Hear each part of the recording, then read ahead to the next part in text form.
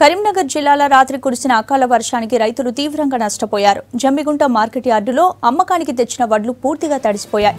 మార్కెట్కు తీసుకొచ్చి 10 రోజులవుతున్నా ఆఫీసర్లు సంచులు ఇవ్వకపోవడంతో ధాన్యం తడిసిందని రైతులు ఆరోపించారు. అధికారులు ఇప్పటికైనా పట్టించుకుని తడిసిన వడ్లను మద్దతు ధరకే కొనాలని డిమాండ్ చేశారు.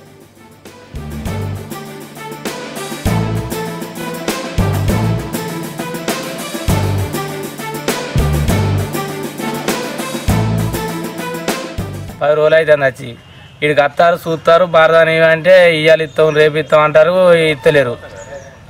వాన కొట్టింది మొత్తం అన్నీ కొట్టుకుపోయినాయి. మధ్యవారం రేటుకు కొనుక్కోపోవాలి. ఆల్రెడీ రేట్ అనౌన్స్ చేసిరు, వడ్లు తాలు ఉంటే తాలు పట్టించారు.